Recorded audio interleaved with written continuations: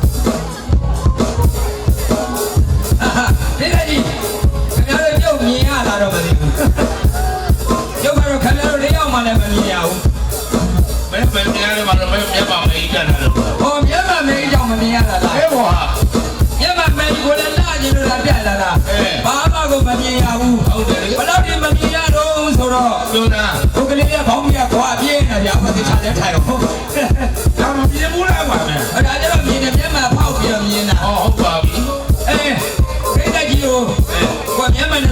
မြင်အောင်သိချကြည့်မှရမှာ ဟုတ်တယ်ဟုတ်တယ် ဟိုးဟိုဒီလား ဟဲ့ မနဲ့ထောင်းနေမှာရော အဲ ဟိုနောက်နေမှာရော ဟုတ်ပါ ပြိတ္တကြီးကိုအများကြီးဘူးကြီးဟာဘာကြမှာ ဒီလေ ဘာကြမှာမရနိုင်လာကြည့်နေကြ ဘာလို့သူများသွားပြီးတော့ကားတာ အားပေးကြတာ အားပြီးတာ အားပေးတော့ဒီနေ့ပြည်တော်လေးဒါပြိတ္တနဲ့တွေ့တော့မိတ်ဆက်အောင်မယ်မိတ်ဆက်မဲ့ဆိုတရားလေးလက်မှတ်ထားကြအောင်ဆိုကြမှာဟိုလူချင်းတို့ချောချောကောင်းလေးကနာမည်ဘသူဆိုလားတဲ့ဖြစ်နေအောင်မယ် အဲရှင်းတယ် ဒီမေကရှိတိုင်းပဲ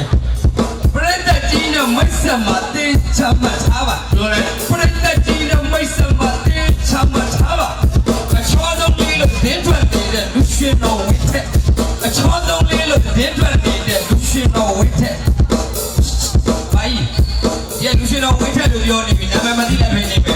ကလေးနိုးတိုက်ထားပြီးတော့မှတိုက် ဘာလို့လို့ ဟောပြဘာလို့တော့မလုပ်တဲ့ကလေးသနာတွေကသိကောင်းတယ် ဘာလို့လို့ လူရှင်တော်ကပြောလိုက်သူကရီလိုက် ဒီလိုက်က လေးနိုးတိုက်လိုက်ကြီးစရာပြောလိုက်ရီလိုက်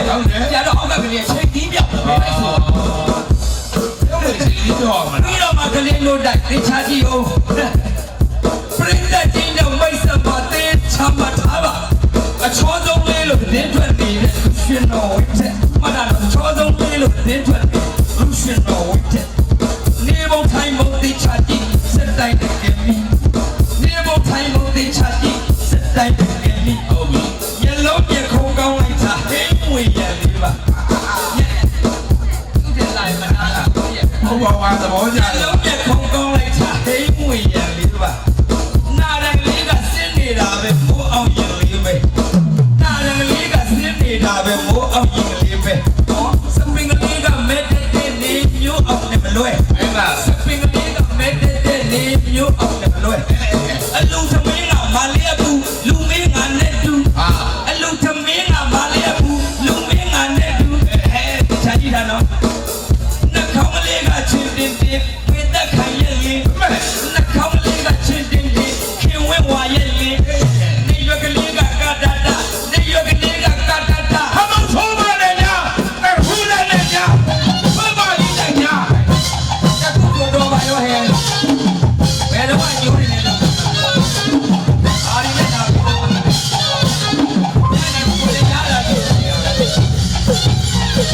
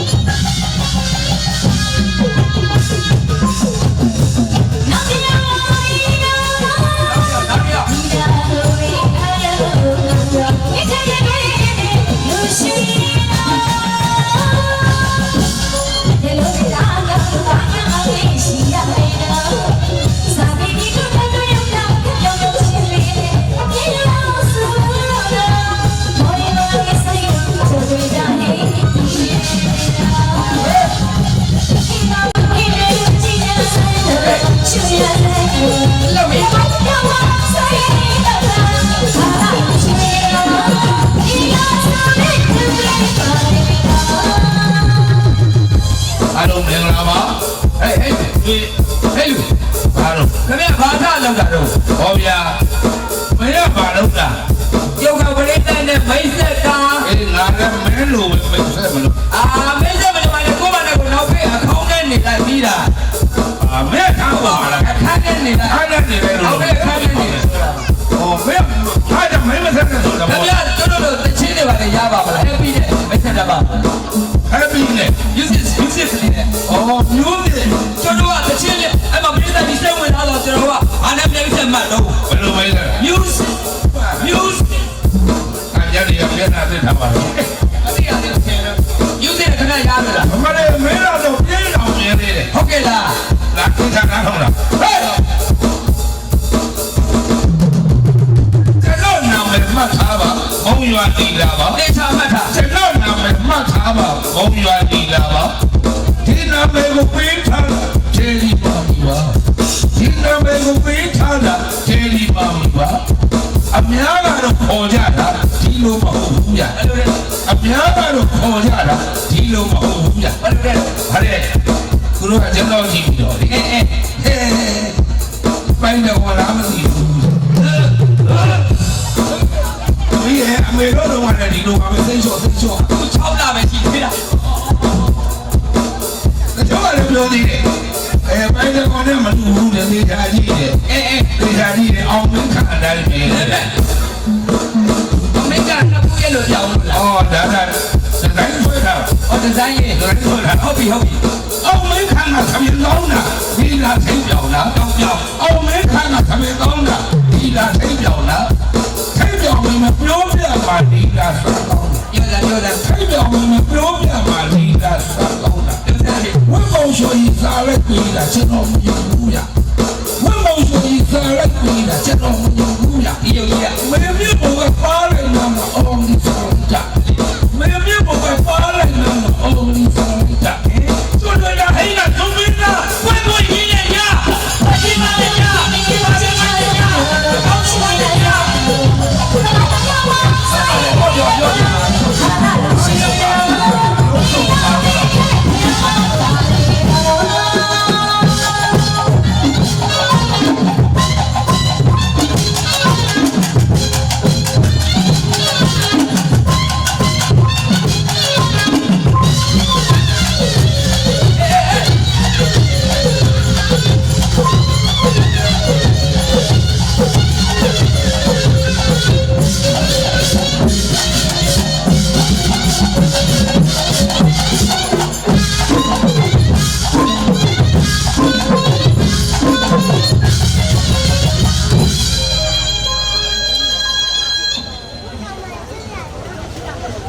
အလုံးမင်္ဂလာပါရှင်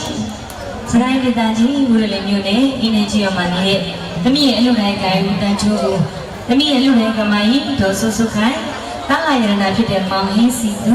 မောင်ရွှေမိခင်အဲ့တော့မိသားစုရဲ့အလူတော်မင်္ဂလာဝဲပေါ့နော် မှန်ပါဗျာ အဲ့တော့လက်ဒီနိုင်ရင် ညာကြီး ကိုင်းထင် မရှိပါခင်ဗျာ အဲ့ဒါမျိုးအလူတလူဆိုတော့အရေးကြီးတဲ့ကဏ္ဍကတော့ရှိပါတယ်ရှင် ဟုတ်ပါဗျာပါလေ အဲ့တော့ဗာလဲလို့မေးလို့ရှိရင်ကွန်ပျူတာကဏ္ဍဖြစ်ပါတယ် ဟုတ်တယ်လေ အလူဆိုတော့သမီးရဲ့အလူတိုင်းနဲ့လူမကြီးဒီမဲ့တော့မှစေတနာတရားကောင်းလို့ဒီနေ့မှအလူကြည့်တဲ့နေ့ပေးကြတာ ဟုတ်တယ် နောက်အခုကိဆိုတာရရဈေးကြည့်ပြီးတော့ဈေးကြနေတဲ့ကာလဖြစ်ပါလေရှင် ဟုတ်ပါ နော်ယခုလောက်ချိန်ကမျိုးမှာဒါအလူတော်လူမငွေကြီးကိုနော်အဲ့တော့အမြောင်များကုန်ခံပြီးတော့လူတန်းပြုလုပ်ကြတာ ဟုတ်တယ်ဗျာ လေးစားကိုယူဖို့ကောင်းပါလေရှင် မှန်ပါ အဲ့တော့မလို့နော်အဲ့တော့လူတို့လူမကွန်ပျူတာကအကြည့်ကြကြပါလေ ဒီကပါ ကွန်ပျူတာကိုကွန်ပျူပြရပါတယ် ဟုတ်ကဲ့ ချီကျူးထိုက်ကိုကျတော့လည်းချီကျူးပြရပါတယ် မှန်ပါမို့ ဒါကလည်းမင်္ဂလာတစ်ပါးပါပဲရှင် ဟုတ်ကဲ့ အဲ့တော့မလို့တမီးတို့တိုင်းတို့ဒီနေ့မှာကွန်ပျူတာတွေတမီးအလူတိုင်းကိုင်းဦးတန်းချောင်းစု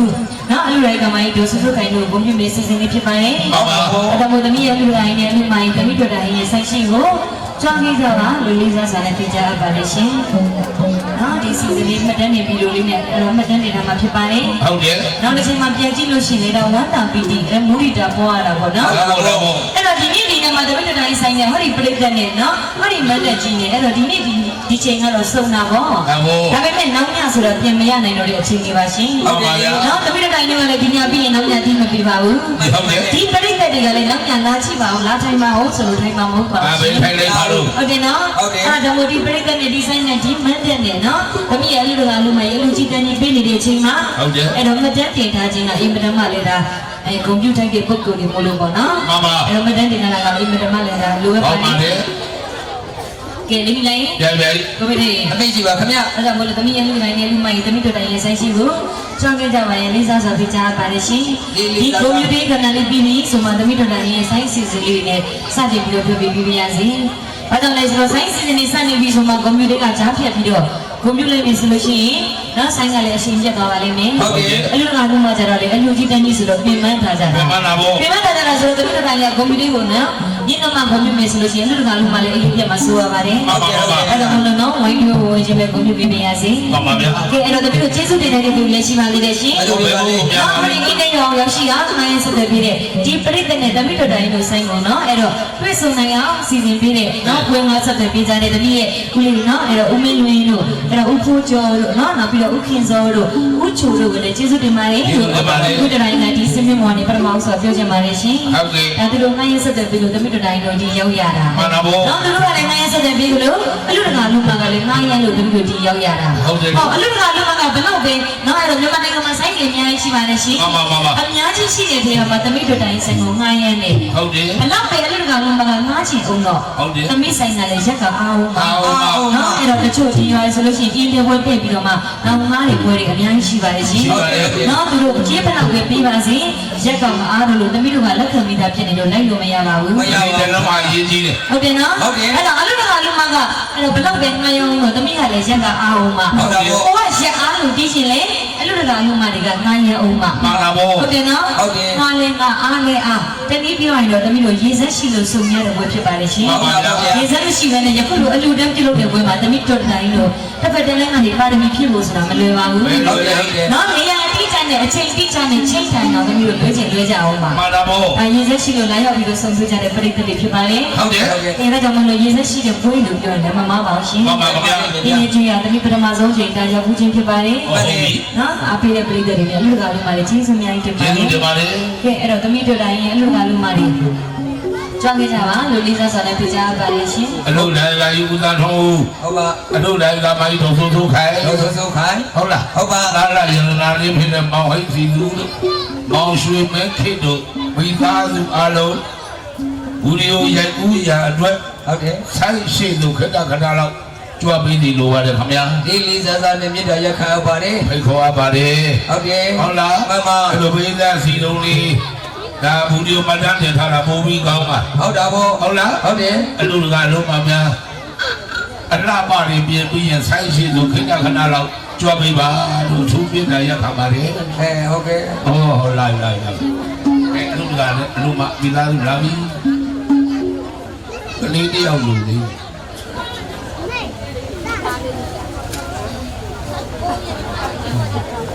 我跟你爱多米， ဟုတ်ဟုတ် 好标米。哦，那毛黑，新都说你个哩啦。哦，啊，多哩，以为要的米，咱们那没嘛到不要了吧？ ဒီလာမင်းနေမိမတော့ဘယ်နဲ့ဒီကလေးသွားပြီးတော့မြောက်ပေးနေတော့ 然后你来，我吃不下呀不？ ကဲသမီးရဲ့လူတိုင်းလေးလူမရောက်ရှိလာပါပြီရှင် ဟုတ်ပြီ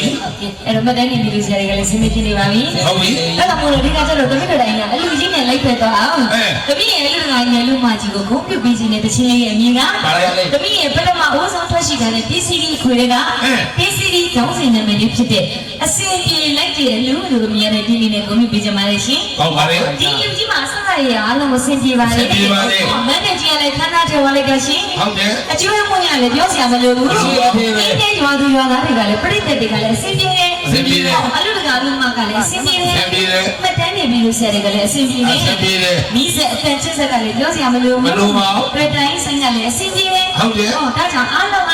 အဆင်ပြေလို့ အဲ တပိကိုပြုတ်ပြီးခြင်းနဲ့တချင်းလေးရဲ့မြင် ပါလေ အဆင်ပြေလိုက်တဲ့အလူလို့အမြင်ရပါလေရှင် ဟုတ်လားအစင်ပြေလိုက်တဲ့အလူတဲ့ဟုတ်တယ်ဟဲ့နေရာမရလို့မတောင်းတဲ့တို့ခွေကြည့်နေရတယ်ကြားတယ်အစင်ပြေလိုက်တဲ့အလူ 对，这毛标呢，那六个木木呀。 အဲ့ဒါနေပြတဲ့ကလား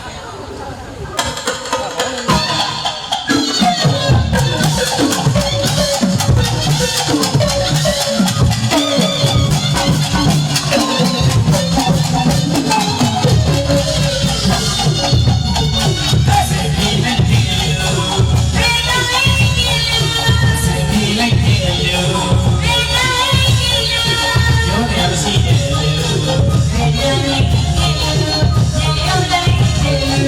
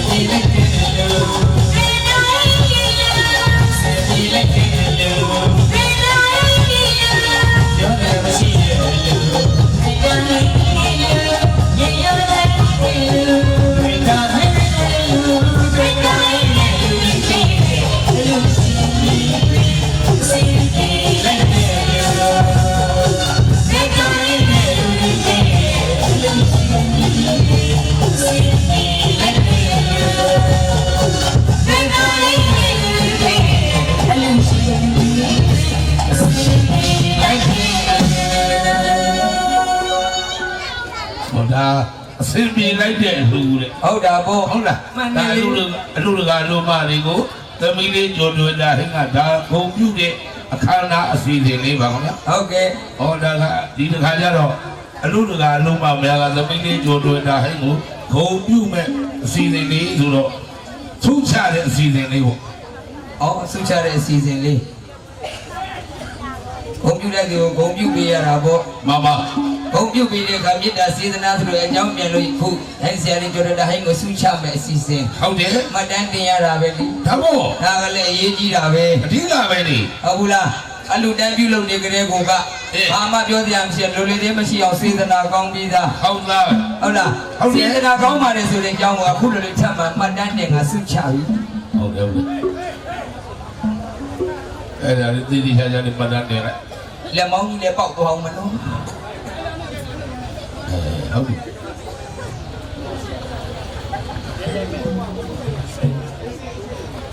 အေးသေးလို့ ဒီစရာလည်းပြည့်ပြည့်တာတော့မ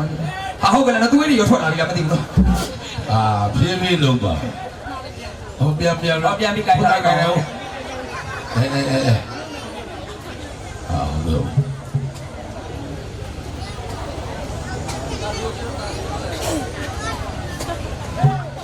ဒါဘုံပြူတဲ့အခမ်းအနားအစီအစဉ်လေး ဘယ်လောက်ကိုယူစရာကောင်းထားတော့ မှန်ပါဗျာ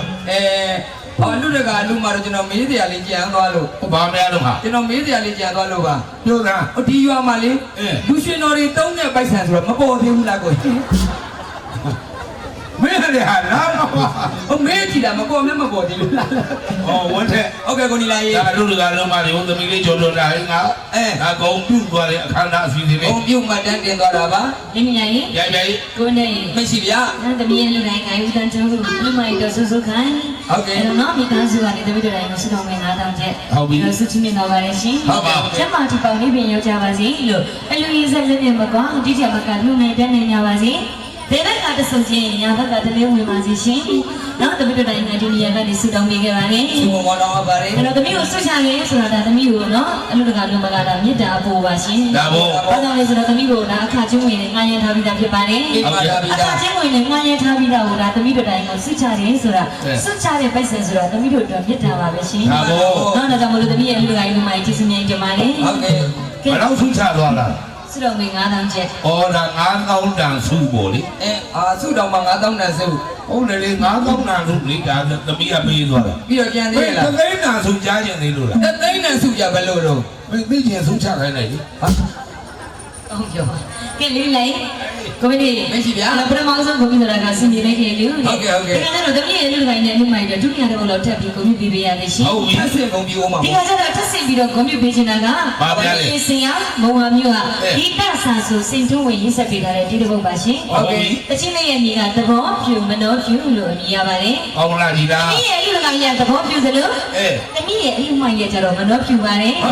စိတ်တူကိုလို့မလို့ယခုလိုလူကြီးတန်းကြီးအောင်မြင်ခဲ့တာ ဟုတ်တယ်လေ ဟုတ်တယ်နော်သမီးရဲ့လူကောင်ရဲ့တန်းထုံးကဘယ်တော့ပဲလူချင်းအောင်တော့အလူမကမလူချင်းမရပါဘူးရှင် မရပါဘူး အလူမကြီးတော့စိုးစိုးကင်တရုတ်ထက်ကလည်းလူချင်းလို့မရပါဘူး မရပါဘူး အလူတကရောအလူမလူချင်းတဲ့အခါမှာစိတ်တူကိုယ်တူရှိလို့မို့ယခုလိုအလူကြီးကအောင်မြင်ခဲ့တာပါ ဒါဘုံ ဒါကြောင့်မို့သမီးတို့တိုင်းကသမီးရဲ့အလူမရဲ့သဘောပြုတယ်လို့အလူမရဲ့မနှောဖြူပါလေလို့ပြောရင်းနဲ့ဆရာစိန်ထုံးဝင်ရေးဆက်ပေးထားတဲ့သဘောဖြူမနှောဖြူလို့အမည်ရတဲ့ဒီလေးနဲ့ဆက်လက်ပြီးဂုဏ်ပြုပေးပေးရလိမ့်ရှင် ဝင်းလေး ကိုနီလာရေ ဒုတိယတစ်ခါအလူတကာလူမတွေကိုသမီးလေးကြော်တော်တာဟင်ကဂုံပြုတ်ပေးမယ်သချင်းလေးရပြီးရပါတယ် သဘောဖြူမနှောဖြူတဲ့ ပါတယ် သဘောဖြူမနှောဖြူတဲ့ ဗတဲ့ သဘောဖြူမနှောဖြူတဲ့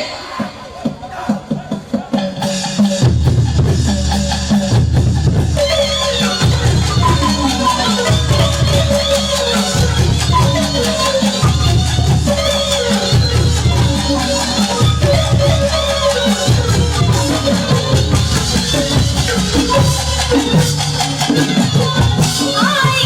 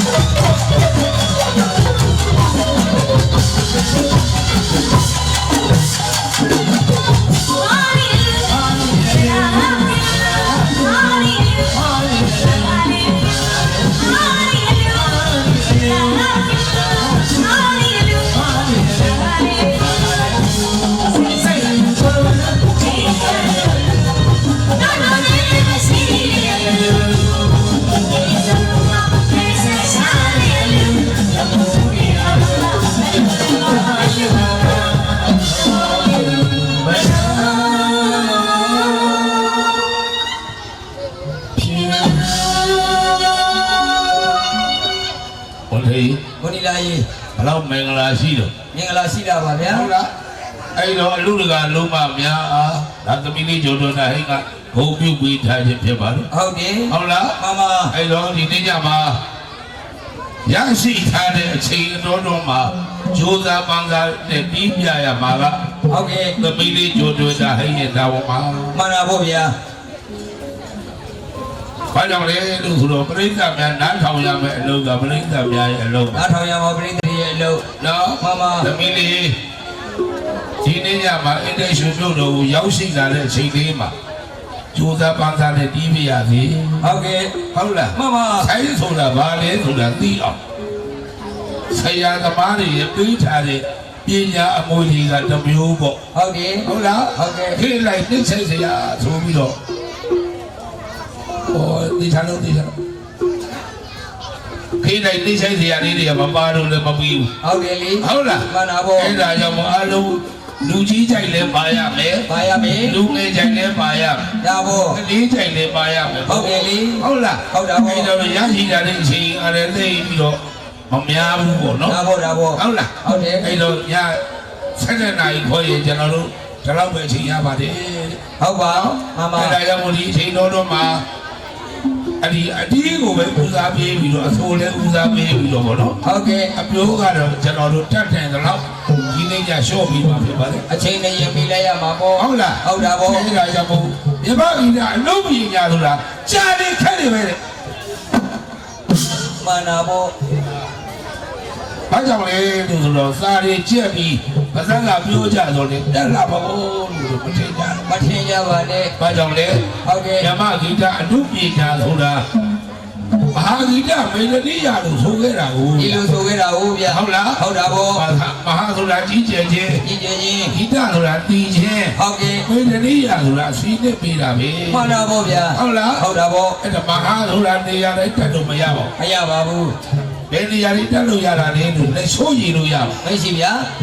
မဟာမင်းမို့လောင်းတဲ့ ဟုတ်ကဲ့ မဟာပရိမေကြီးတဲ့ မှန်တယ် မဟာသမုဒ္ဒရာတဲ့ ဟုတ်ကဲ့ မဟာဂီတလို့စာစီပြနေတာပဲ မှန်တယ်လေဗျာ ဟုတ်လား ဟုတ်တာပေါ့ အဲ့ဒါကြောင့်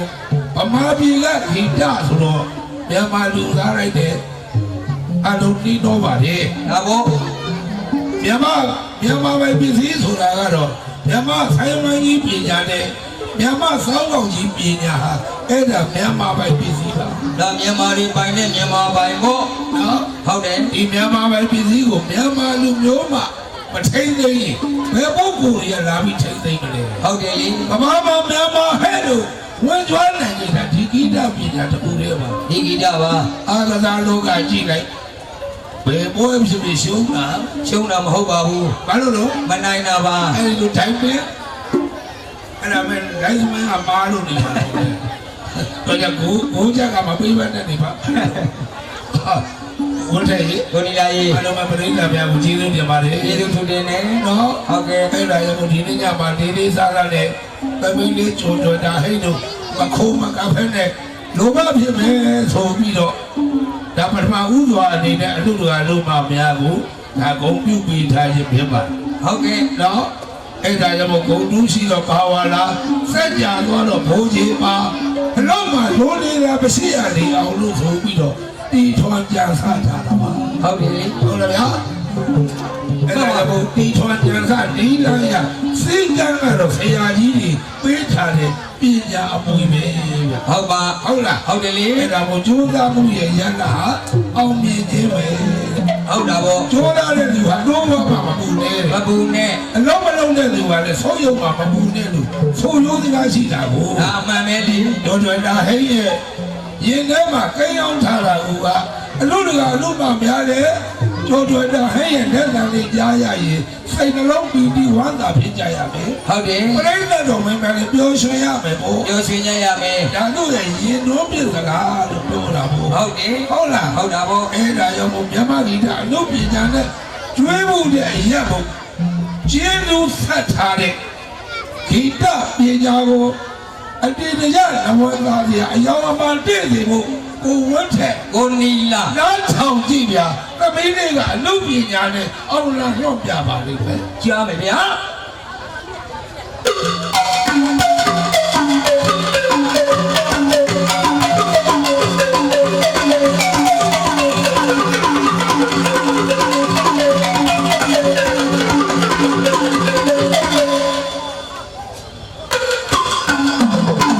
လောက်လိုက်လာဟိ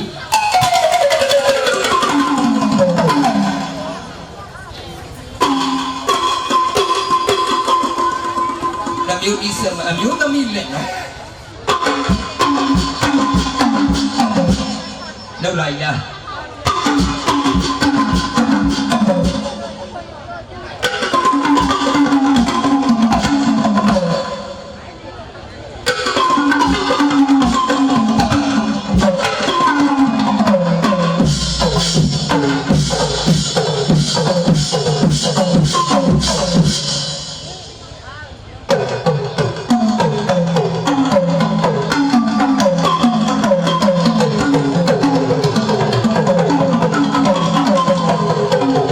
အောက်နေထွက်အောင်မောင်းမယ်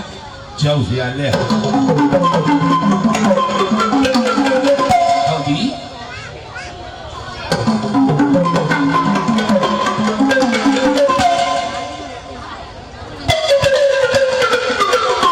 နောက်တစ်မျိုး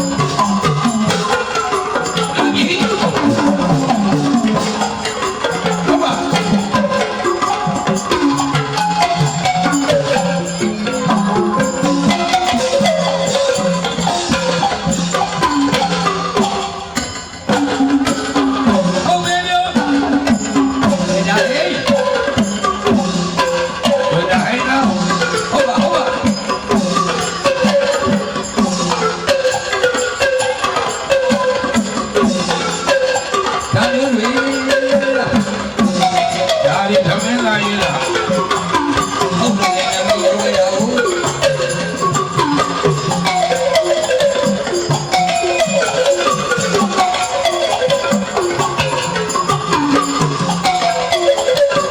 ယေဒီရဆက်ပြီ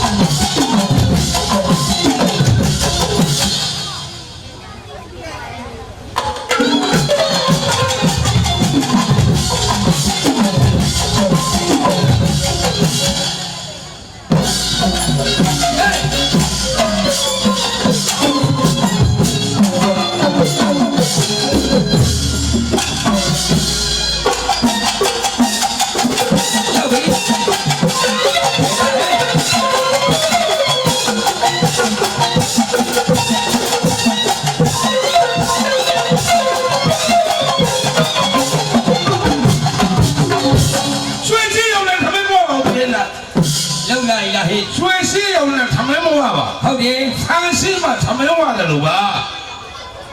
ကရိယာကောင်းကောင်းရှိရုံနဲ့လည်းပစ္စည်းကောင်းဆိုတာရှိချင်မှရှိပါလိမ့်မယ်မလားမရှိနိုင်ဘူးဗျာစိတ်ကောင်းနှလုံးကောင်းနဲ့အသင်ပြကောင်းနဲ့ဆရာစိတ်ထုံးဝေလို့ဆရာကောင်းရှိလို့ကြော်တွေ့တာဟိန်းလို့တပီကောင်းပေါ်ပေါက်တာပါဒါအမှန်ပဲလေဆရာပညာဝါရိတာကိုခမရရှိတဲ့ဘာအစဉ်အပြောင်းစုံလာတဲ့တပီကြော်တွေ့တာဟဲ့ဒီနေ့ညမှာမြန်မာအနုပညာကိုအပြင်ဆုံးကိုပြပေးတာသမီး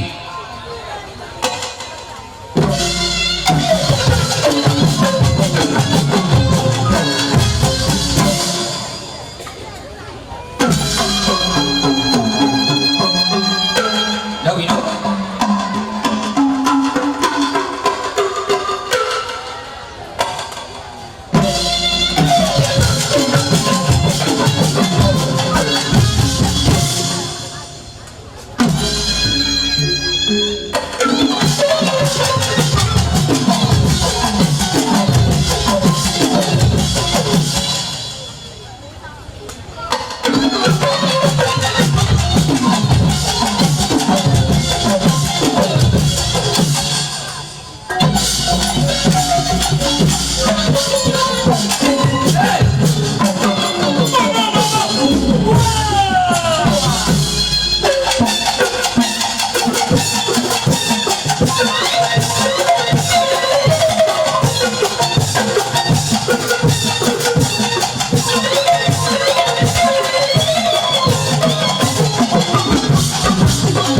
အရာသာမရှိပဲဘူးလားကိုနေလာရေ ရမရှိတာပေါ့ အရာသာရှိရလည်းမပြောနဲ့တင်းဆက်တာကိုစီကန်းထကြပါ အမှန်ပဲ ဒါကြောင့်မလို့စီကန်းဆိုတာအစင်ဆက်နဲ့ပါ ဟုတ်တယ် တင်းဆက်ကဒီညအချိန်ပေးနိုင်ဖို့ဂီတစာဆိုဆရာစိန်ထိုးဝင်ရတပည့်အစ်စ်ပါဗျာ အမှန်ပဲ အမြဲချစ်တဲ့မိဘပြည်သူတွေကိုစကားပေါ်တွေမဆိုဘဲနဲ့ပြောနေတာဟဲ့ယနေ့ညကျေးဇူးရှင်ပရိသတ်ကိုတအားရုံတင်ဆိုတာတိပြလိုက်စား ကျေးဇူးရှင်ပရိသတ်တွေကိုသမီးတော်တိုင်းဒီလိုတအားရုံတင်ပြရတယ်ရှင် ဟုတ်ပြီကြားမလေ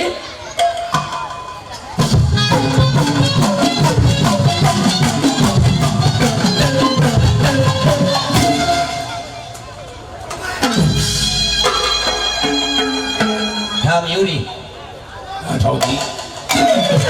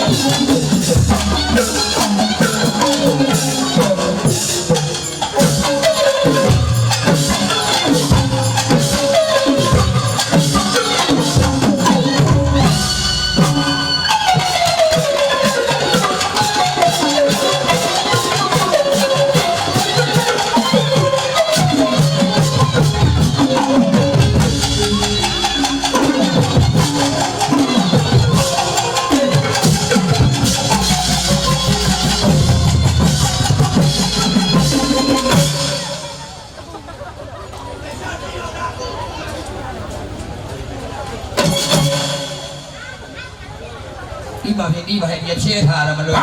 ဝါရဖြဲထားတယ်ပြော ဝါရီထဲပြောပါ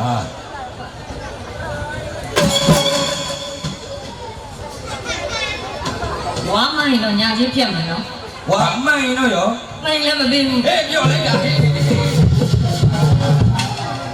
ဘုရားမိုင်းရင်ဖြတ်မှာ ဆက်ပါလေ မိုင်းရင်မပေးဘူးတဲ့မဲ့ပါရမှာလို့ ဟိုရမပေးဘူးလေလားဟာဘယ်တော့မပေးလို့မရဘူးဗျ ဘာလို့လို့ ဟာဘယ်တော့မပိုင်းအိမ်ရောက်တဲ့ခါမိမမောက်အိတ်နေလား ဘာမှမဟုတ်လို့ သမီးတို့နဲ့မောက်ပြီးတော့အိတ်နေတာဖက်မချက်တော့ကျုပ်ဖို့ အပူပါလေငါပေးမှလာပေးမယ် အိတ်တော့ကြီးကပိုးစားတာ ဘယ်လိုပဲပို့တာမလား ကဲတော့နေ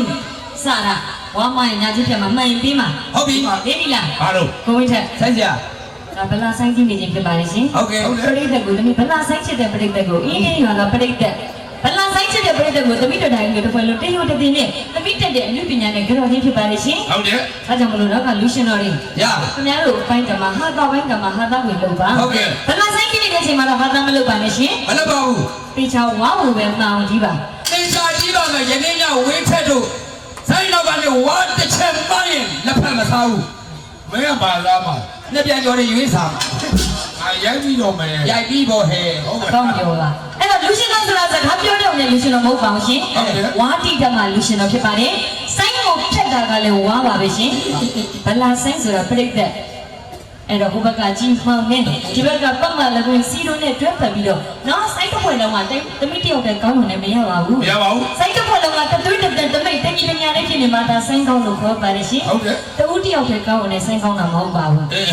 အဲ့တော့ဗလာဆိုင်းကြည့်တဲ့ချိန်မှာဝါကလည်းအဓိကကြပါတယ် အေးဒီမှာကြောတော့လားဟေး ဘာ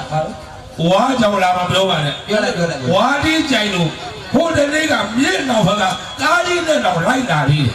ဟောဒီဘက်ကကားသားကြီးမမိုင်းနဲ့အဖေကြီးတယ်ဟုတ်ပြီ ဟုတ်ကဲ့အဖေ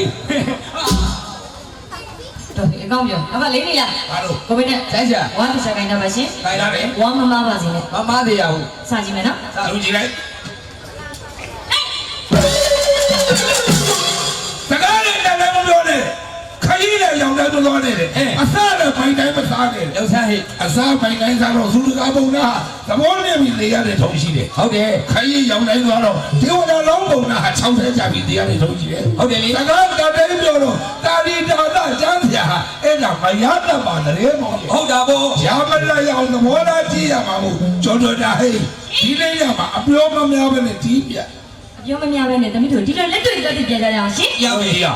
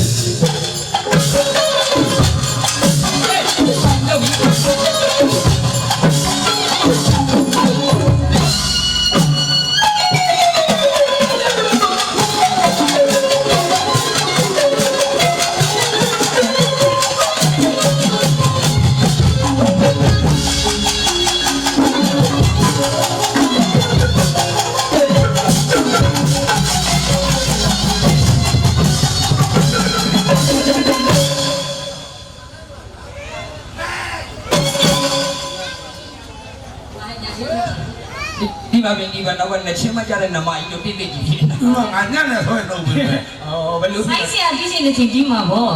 ခင်ဗျားတို့ကလူရှင်တော်လေ ဟုတ်တယ်ဒီ ဆိုင်ဆရာတီးရင်တီးလိုက်တဲ့အချိန်ကိုပါဝါဝါသိပြတာမှာပေါ့ ဟုတ်တယ် ။နောက်ကလည်းဆိုင်းဆရာကိုကြည့်နာပဲဘယ်ချိန်တော့ထမင်းစားမလို့လို့ အာဘယ်ချိန်တီးမလဲလို့ကျွန် ဘ မ ယ်ချိန်တီးမလို့လို့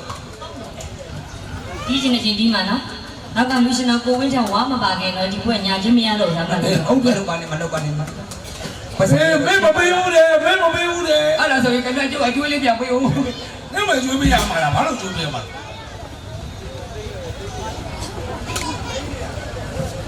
ဒီလက်ကျက်တယ်ဆိုတာဒီမှာပဲတီးတာမဟုတ်ဘူး တီးမှာပေါ့ ဒီပါဦးသူကဒီခါမှ ။အဲ့ဒီခင်ဗျာမိုင်းတော့ပဲတဲ့ကြမှာရမှာမဟုတ်ဘူး ကလေးစိတ်ချမ်းသာပြီးတာမနေတော့မှဒီမင်းမနေပါ ။ဒါခင်ဗျာ ဘာပါလို့တော့ညာချင်းဖြတ်မှာ တိုင်းမြန်မာတပူနဲ့တလားမှာတော့စိုင်းမှာတော့တူလည်းမထားနဲ့ဟောလားစူပါစတာစူပါစတာစူပါစတာ လုံးလာကြည့်လားဟာ လောက်ရမယ်လေ လုံးကြည့် တိုင်းမြန်မာတူလည်းမထားနဲ့စိုင်းမှာတော့ဟောလားစူပါစတာလို့ကျွန်တော်ဆိုခြင်းမှာ ဟုတ်တယ် စူပါဆိုတာအမြင့်ဆုံးတောက်ပါဆုံးစတာဆိုတာကျဲတဲ့ဝင့်မှာ ဟုတ်တယ် အတောက်ပါဆုံးကျဲတဲ့ဝင့်လို့ဝင့်ထက်တင်သားလိုက်တာပါ ဟောကလာကြည့်လား စိုင်းမုံညောင်များစွာရှိတဲ့တရားမှာကြော်တွေ့တာအေးဆိုတဲ့စိုင်းကထင်ရှားဆုံးစိုင်းမှာလို့ကျွန်တော်တင်သားလိုက်တာပါ ဟုတ်ပြီ ဒါကြောင့်မို့စူပါစတာမို့လူတကနားမှာကြော်တွေ့တာဟေးမတူတဲ့အသွားလေးကြားပြ မိုက်လာရခုံလုံးနေရ မိုက်တယ် ဘယ်လိုလဲပြောလိုက်တာ ဟုတ်မတူတဲ့အသွားလေး ဩမတူတဲ့အသွားလေး ဟုတ်တယ်လေ ဒီလိုနားဆင်ကြည့်အောင်ရှင် ကြားမယ်လေ ပရိသတ်အင်းကိန်းတော်ကိုတမိပထမဆုံးတရားခုတင်ပြပါလေရှင်အဲ့တော့သမီးတော်တိုင်ဗလာဆိုင်ကြီးဒီလိုကြိုးစားပြရသေးရှင် ကျိုး ဟုတ် တာ လား မို့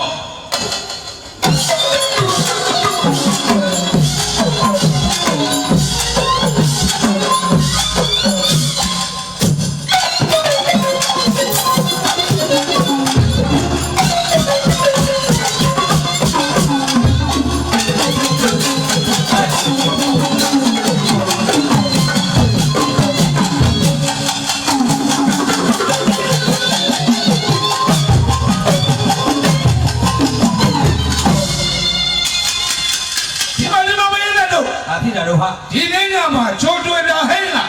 ဝိုင်းအတွန်းကနေပြီးတော့အသွားအများအဖိနေပါဝိုင်းအတွန်းကအသွားအများအဖိနေဟိုအများတည်းကြတော့ peace ပါပဲလေ အမပစ်ပါမယ် အများတည်းကြတော့ peace ပါပဲလေဒီနေ့ညမှာချိုးတွေ့တာဟဲ့ဝိုင်းလည်းကနေပြီးတော့ water flower is အောင်ချ ဟုတ်တယ် water flower is အောင်ချ ဒီမိလာပြောလိုက်တယ်ခင်ဗျာသမီးမသိဘူး ဘယ်လိုရန်လုံတာတော့ ဝါတာဖလာဝါအီ ဟုတ်တယ်လေ ဝါတာဖလာဝါအီဘယ်လိုတော့ ဟောအဲ့ဒါကုန်းကလေးလူပြောတာ အင်းကလေးရလုံဆမ်းပါ အဲ့ပါလိမ့်လို့တော့ ဘာလို့တော့ အင်းတွေကရေမရှိလို့ကုန်းပေါ်တက်နေရတယ်သူအဲ့ဒါကုန်းကလေး အမလေးနေဘူးလမ်းပြီးသားတောင်ရသေး မလေးဆန်းတာပေါ့ အင်းကလေးရလုံဆမ်းပါ ဝါတာဖလာဝါကြီးဆိုလည်းရှားဖို့ ပြောတယ် ဝါတာဆိုတာရေ ရေဟုတ်ပြီ ဖလာဝါဆိုတာပန်း ပန်း တိဆိုတာစားတာ စားတာ ရေပန်းတောင်းဒီလို့အားပေးတာ